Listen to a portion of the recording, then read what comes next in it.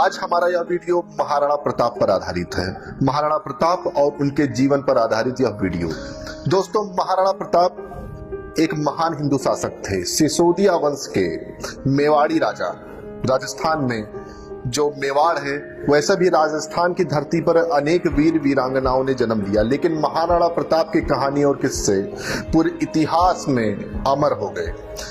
अकबर जब उस समय पूरा भारत जीत चुका था, उस समय महाराणा प्रताप एकमात्र ऐसे शासक थे जिसने अकबर के सामने सिर नहीं झुकाया।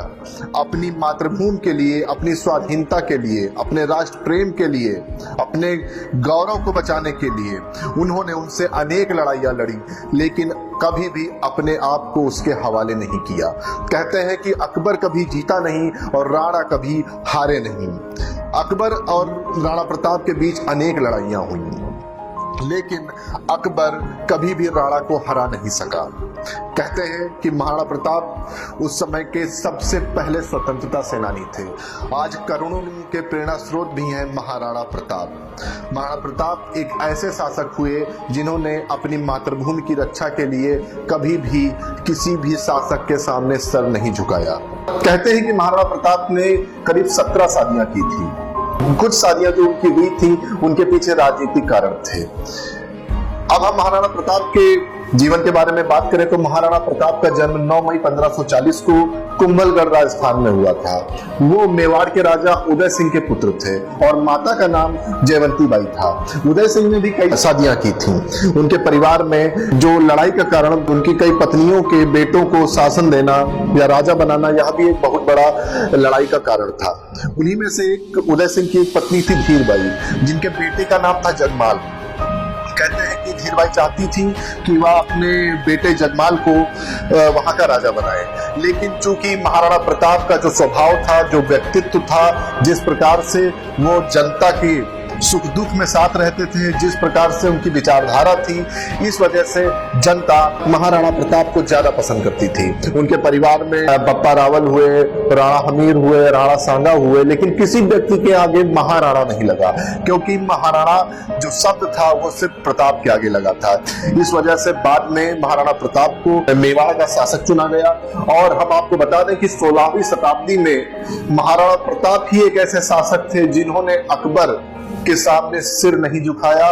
उन्होंने साहस और वीरता के साथ अकबर को चैलेंज किया और अकबर के साथ उनकी कई लड़ाइयां हुई। चूंकि महाराणा प्रताप के पिता उदय सिंह के और भी रानियां थीं और उनके बेटे थे, वो लोग भी शासक बनना चाहते थे, राजा बनना चाहते थे, और इसी कारण उनके परिवार में फूट पड़ चुकी थी। परिवार में आपसी कलह था, आपस में लड़ाइयां हो रही थी सत्ता पाने के लिए।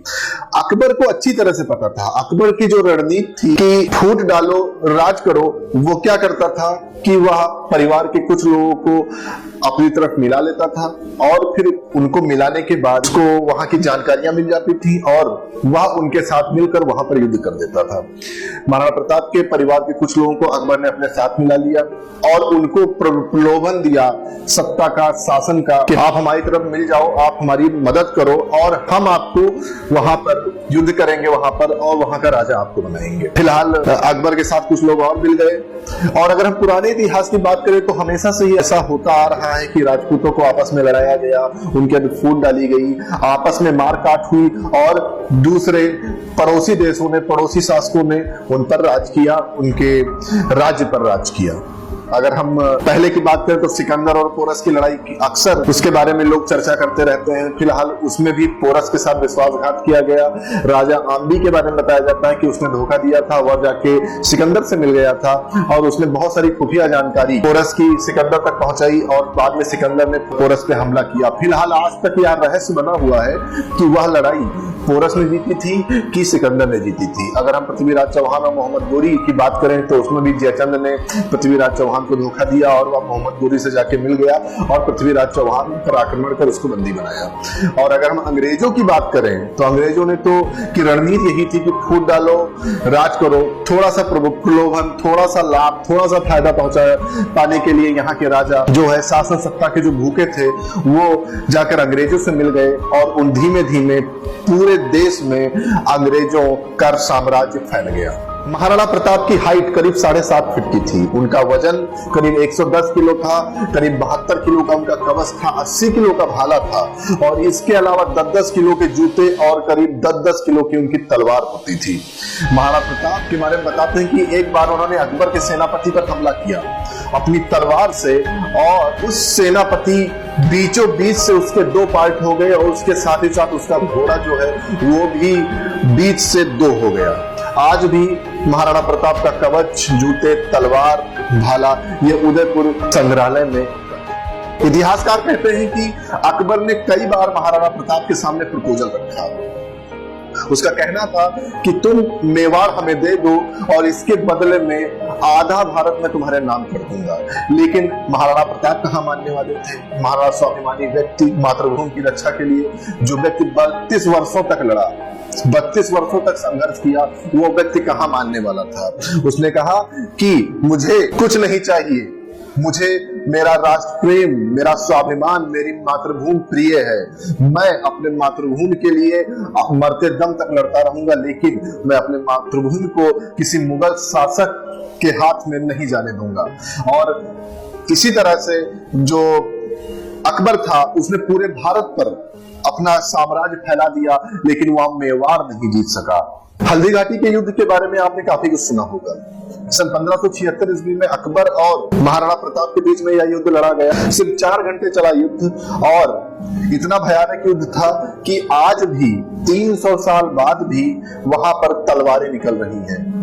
महाराणा प्रताप और अकबर के बीच में लड़ा गया यह युद्ध। महाराणा प्रताप के पास सिर्फ 15 से 20 हजार की सेना थी और अकबर के पास करीब 80 हजार की सेना थी। लेकिन महाराणा प्रताप ने कहा सैनिकों से कि हमारा एक सैनिक अकबर के मुगल शासक के 5 सैनिक मारेगा।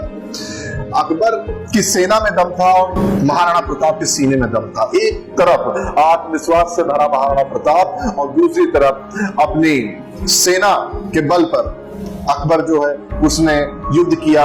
और इस युद्ध में बताया जा रहा है कि ना ही अकबर जीता और ना ही राणा हारे। उन्होंने बताया जाता है कि यह युद्ध इतना भयानक था कि इसमें वहां की मिट्टी जो थी वो खून से लाल हो गई थी। आज भी वहां से तलवारों का जखीरा निकल रहा है। करीब 1980-85 के दशक में वहां पे तलवारों का एक बहुत बड़ा जखीरा निकला था। हल्दी घाटी के इस युद्ध में महाराणा प्रताप ना ही हारे और ना ही अकबर जीता। महाराणा प्रताप के पीछे उनकी सेना पड़ी हुई थी। इसी में अगर हम उनके घोड़े चेतक की बात करें, नीले रंग का अफगानी घोड़ा, शायद ही इस घोड़े के ऊपर इतनी कहानियां बनी हो। महाराणा प्रताप का यह घोड़ा जो महाराणा प्रताप को बहुत प्रिय था, उसने भी महाराणा प्रताप की रक्षा के लिए अपनी जान गंवा दी। कहते हैं कि महाराणा प्रताप का जो एक घोड़ा चेतक था, इसके ऊपर हाथी का मुखौटा लगा हुआ था, जो वहां के हाथियों को, अकबर की सेना के जो हाथी थे उनको कंफ्यूज करने के लिए किया गया था। महाराणा प्रताप के पीछे अकबर की सेना पड़ी हुई थी। चेतक जो है वो बहुत ही रफ्तार से अकबर के सैनिकों का पीछा छुड़ाने के लिए बहुत ही रफ्तार से जा रहा था। बीच में करीब 26 फीट का नाला पड़ा। कहते हैं कि चेतक ने एक छलांग में उस नाले को पार कर दिया और वहीं पर अपनी जान गंवा दी। बताते हैं कि चेतक जब वहां से निकला युद्ध से दाड़ा को लेके, तो उसके पैर में तलवार लग गई थी, जिससे उसका पैर जो है वो कट गया था। लेकिन चेतक जो कि महाराणा को, अपने स्वामी को इतना प्यार करता था, जिसको जान बचाने के लिए उसने अपनी जान गंवा दी। शायद ही पूरी दुनिया में किसी घोड़े पर इतनी कहानियां बनी हो जितनी चेतक पे बनी है। बताते हैं कि चेतक जो था उसकी रफ्तार जो थी वो हवा से बातें करती थी। बताते हैं कि महाराणा प्रताप के पास उनका एक बहुत ही प्रिय हाथी भी था, जिसका नाम था राम प्रसाद। राम प्रसाद की सूंड में तलवार लगी हुई थी। राम प्रसाद इतनी ऊर्जा के साथ, इतने भयानक तरीके से हल्दी घाटी के युद्ध में लड़ा कि अकबर के करीब 8 हाथियों को उसने मार गिराया। कहते हैं कि अकबर ने उस हाथी को कब्जे में लेने के लिए अपने सैनिकों को लगा दिया। फिलहाल उसके सैनिकों ने उसको घेर कर कब्जे में ले लिया और उसको लेकर अकबर अपने साथ गया।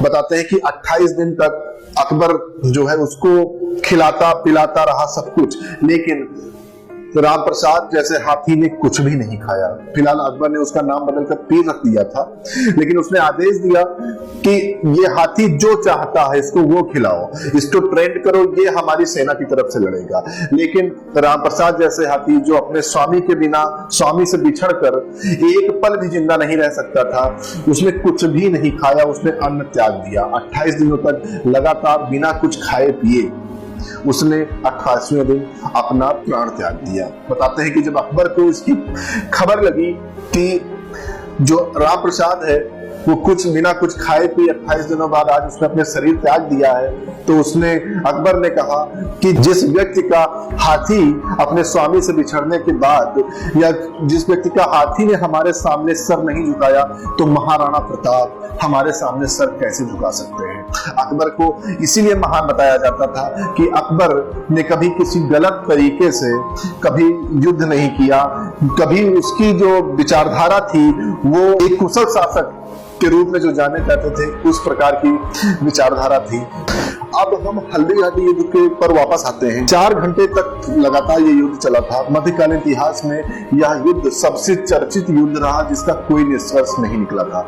हल्दीघाटी के युद्ध के बाद महाराणा प्रताप जो है वो जंगल में भटक रहे थे और अकबर ने मेवाड़, चित्तौड़ और आसपास के जितने भी राजा थे उस पर अपना कब्जा जमा दिया था और जितने भी राजपूत राजा थे सब अकबर के अधीन हो गए थे। इतना सब कुछ होने के बाद भी महाराणा प्रताप ने अकबर के सामने घुटने नहीं टेके और वह जंगल में घास की रोटियां खाकर, गुफाओं में रहकर, जंगली फल खाकर अपना जीवन बिता रहे थे।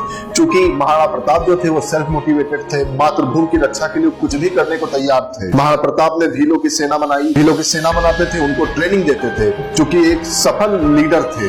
लीडरशिप क्वालिटी इतनी जबरदस्त थी कि उन्होंने भीलों को इकट्ठा किया जंगल में। भीलों ने उनसे कहा कि हम आपके साथ हैं, आप युद्ध करिए, हम जान देने तक तैयार हैं आपके साथ। और इसके बाद महाराणा प्रताप ने क्या किया, महाराणा प्रताप भीलों की सेना बनाते, उनको ट्रेनिंग देते, अकबर से युद्ध करते, हारते, फिर युद्ध करते, फिर सेना बनाते, फिर युद्ध करते, फिर हारते। लेकिन हिम्मत हारने वालों में से महाराणा प्रताप नहीं थे। महाराणा प्रताप ने मातृभूमि की रक्षा के लिए सैकड़ों बार सेना बनाई, अकबर से युद्ध किया, हारा, फिर सेना बनाई और फिर उनसे जंग की। इतिहासकार कहते हैं कि अकबर ने महाराणा प्रताप के पास करीब 8 प्रपोजल भेजे। उन्होंने टोडरमल को, जलाल खान को, राजा मान सिंह को, कोरची को, भगवान दास को, कई लोगों को महाराणा प्रताप के पास भेजा और उनसे कहा कि समझाओ इसको, इससे कहो कि तुम मेवाड़ के बदले आधा हिंदुस्तान ले लो, लेकिन मेवाड़ हमको दे दो। अब अकबर के लिए मेवाड़ क्यों महत्वपूर्ण था? अगर हम जियोग्राफिकल रीजन से देखें और ट्रेडिंग के रीजन से देखें तो बताते हैं कि गंगा का जो तट था और गंगा तट से दिल्ली का जो रास्ता था वो मेवाड़ होते हुए आता था। कहीं ना कहीं अकबर जो है उसका व्यापार जो है वो मेवाड़ की वजह से डिस्टर्ब हो रहा था, क्योंकि वहां पर महाराणा प्रताप थे और महाराणा प्रताप कहा मुगल बादशाह को आगे बढ़ने देते। तो उसने कई बार प्रपोजल भेजा, लेकिन महाराणा प्रताप ने मेवाड़ के बदले आधा हिंदुस्तान का प्रपोजल ठुकरा दिया और उन्होंने अकबर के सामने सिर नहीं झुकाया। कहते हैं कि अब्राहम लिंकन हिंदुस्तान आ रहे थे एक बार, तो उन्होंने अपनी माँ से पूछा कि माँ, मैं हिंदुस्तान जा रहा हूँ, हिंदुस्तान से आपके लिए क्या ले आऊंगा? तो उनकी माँ ने कहा कि बेटा, अगर तुम हिंदुस्तान जा रहे हो और अगर वहां से कुछ ला पाना तो हल्दी घाटी से थोड़ी मिट्टी ले आना। वो हल्दी घाटी जिसमें महाराणा प्रताप ने जिस मेवाड़ के लिए युद्ध किया, जिस स्वाधीनता के लिए, मातृभूमि के लिए लड़ाई की, जिसमें आधी हिंदुस्तान के बदले का प्रपोजल अपनी मातृभूमि की रक्षा के लिए, स्वाधीनता के लिए आधे हिंदुस्तान का प्रपोजल उसने ठुकरा दिया था। मैं चाहता हूं कि वहां की थोड़ी मिट्टी ले आना। महाराणा प्रताप एक रणनीतिकार थे, कुशल रणनीतिकार। कैसे लड़ा गया था हल्दी घाटी का युद्ध? बताते हैं कि जो अरावली की जो पहाड़ियां थी उसके बारे में महाराणा प्रताप को बहुत अच्छे से नॉलेज थी, क्योंकि ये वहीं पे पैदा हुए थे, वहीं पर खेले, वहीं पर बढ़े हुए। इनको काफी नॉलेज थी अरावली की पहाड़ियों की। बताते हैं कि छापामार युद्ध पद्धति, द्वित कंटक नीति, इसके बहुत बड़े रणनीतिकार थे और बहुत ही कुशल थे इन सब चीजों में। बताते हैं कि अरावली की पहाड़ियां में जो युद्ध लड़ा गया, इन्होंने अपनी सेना से कहा कि कुछ लोग पहाड़ी पर रहेंगे, अपनी सेना को पहाड़ी पर भेज दिया, कुछ को घाटियों में भेज दिया और इस तरह से एक भीषण युद्ध लड़ा गया जिसमें निर्णय तो उसका कुछ भी नहीं निकल पाया। लेकिन इस युद्ध में महाराणा प्रताप ने खुद ही नहीं अफगानी राजाओं को भी मिला लिया था। इतनी गजब की रणनीति थी, इतनी गजब की लीडरशिप क्वालिटी थी कि उन्होंने अफगानी राजाओं को भी मिला लिया और अफगानी राजाओं को लेकर ही अकबर की सेना से लड़े। एक तरफ अकबर की 80,000 सेना और एक तरफ महाराणा प्रताप की मुट्ठी भर सेना। लेकिन जैसा मैंने कहा है कि अकबर जो था वो अपनी सेना के बल पर युद्ध करता था और जो महाराणा प्रताप थे वो अपने सीने में अपने जज्बे से उस युद्ध को लड़ा। बताते हैं कि एक बार अब्दुल रहीम खान खाना जो अकबर का सेनापति हुआ करता था, अकबर ने उसको बुलाया और उससे कहा कि हमें मेवाड़ पर विजय चाहिए, मुझे मेवाड़ चाहिए, उसके लिए कुछ भी करना पड़े। उसी समय महाराणा प्रताप के जो सेनापति वो कुंवर सिंह हुआ करते थे। उन्होंने क्या किया कि उन्होंने शेरगढ़ के पास आक्रमण किया और अब्दुल रहीम खान खाना को कंफ्यूज कर दिया और अब्दुल रहीम खान खाना की पत्नी, बहू, बच्चे सहित सबको उठाकर महाराणा प्रताप के सामने पेश कर दिया। अब चूंकि महाराणा प्रताप जो थे वो स्त्रियों की बहुत इज्जत करते थे, महाराणा प्रताप ने कहा कि ये बहुत ही गलत काम हुआ है, तुम इन लोगों को पकड़ कर लाए हो, पूरी इज्जत से इनको वापस छोड़ कर आओ। क्योंकि इन्हीं सब चीजों के कारण अकबर भी महाराणा प्रताप की बहुत इज्जत करता था। अकबर के अंदर महाराणा प्रताप का बहुत खौफ था। पूरा भारत जीतने के बाद भी अकबर अभी तक अपने सिक्के नहीं चला पाया था, महाराणा प्रताप के सिक्के चल रहे थे। बताते हैं कि एक बार अफवाह फैल गई कि महाराणा प्रताप जो है उसने अकबर की अधीनता स्वीकार कर ली है, महाराणा प्रताप अकबर से मिलने आ रहे हैं और मेवाड़ जो है वो अकबर के हाथों में सौंप दिया है। पृथ्वीराज राठौर से जब अकबर ने बताया कि महाराणा प्रताप उसकी अधीनता स्वीकार कर रहे हैं, मेवाड़ राज्य जो है वो अब अकबर का हो जाएगा और अकबर से महाराणा प्रताप मिलने आ रहे हैं, तो पृथ्वीराज राठौर को विश्वास नहीं हुआ। उन्होंने महाराणा प्रताप को पत्र लिखा और उस पत्र में लिखा कि क्या जंगल का शेर अब सियारों के साथ रहेगा, क्या तलवारें जो है वो म्यान में चली जाएंगी, क्या राजपूताना विधवा हो जाएंगी, क्या हाथी जो है वो अब कुत्ते की जिंदगी जिएगा, क्या चातक अब धरती का पानी पिएगा।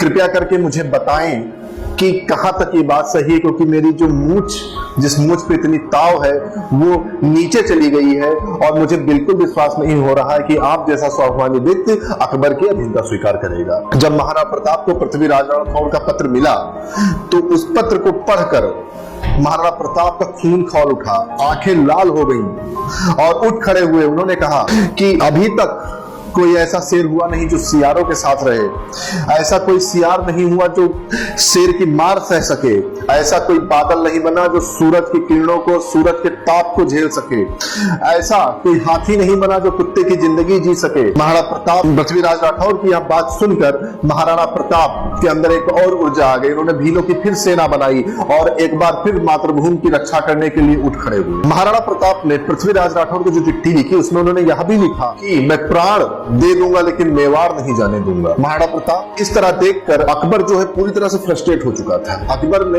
अब अपना दिमाग जो है वो पूर्वोत्तर राज्यों में लगाना शुरू किया, वो ईस्टर्न साइड चला गया और इधर महाराणा प्रताप ने पुनः अपनी सेना तैयार की और पुनः से अपना साम्राज्य स्थापित किया, मेवाड़ पर कब्जा किया। बताते हैं कि इसी दौरान महाराणा प्रताप जंगल में शिकार करने गए थे, तभी एक शेर ने उन पर हमला कर दिया, एक्सीडेंट हो गया और उसमें वो घायल हो गए और इसके बाद उनकी मृत्यु हो गई। बताते हैं कि महाराणा प्रताप की मृत्यु पर अकबर भी रोया था। कोई ऐसा मुगल शासक, जितने इतने क्रूर मुगल शासक हुए हैं, लेकिन अकबर को क्यों महान कहा जाता है? क्योंकि उसके अंदर कुछ क्षमताएं थी, उसके अंदर कुछ विशेषताएं थी, उसके अंदर कुछ क्वालिटीज थी जिसकी वजह से अकबर को महान कहा जाता है। महाराणा प्रताप की मृत्यु का समाचार सुनकर अकबर भी रो पड़ा और उसने पत्र में लिखा कि महाराणा प्रताप एक वीर, मेधावी, कुशल रणनीतिकार, एक लीडर के तौर पर जाना जाएगा और मुझे हमेशा इस बात का दुख रहेगा कि मैं उसको हरा नहीं पाया। दोस्तों, महाराणा प्रताप ने जो संघर्ष किया वो सिर्फ फूट का कारण था राजपूतों के बीच में। इसके अलावा बहुत सारे राजपूत शासक थे जिन्होंने आपसी फूट के कारण वो गुलाम बन गए, देश बट गया, देश का विभाजन हो गया और कुछ निजी स्वार्थ के कारण अपने दुश्मनों से मिलकर अपने ही देश को उन लोगों ने बांट दिया। दोस्तों, हमें यूनिटी बिल्ड करनी है आपस में, हम राजपूतों को आपस में यूनिटी बिल्ड करनी है और अपने समाज को, अपने साम्राज्य का विस्तार करना है। जिस प्रकार से अकबर एक महान शासक था, शायद महाराणा प्रताप के ऊपर भी महान शब्द लग सकता था, लेकिन शायद वो सच इतिहास में छुपाया गया या हमको दिखाया नहीं गया।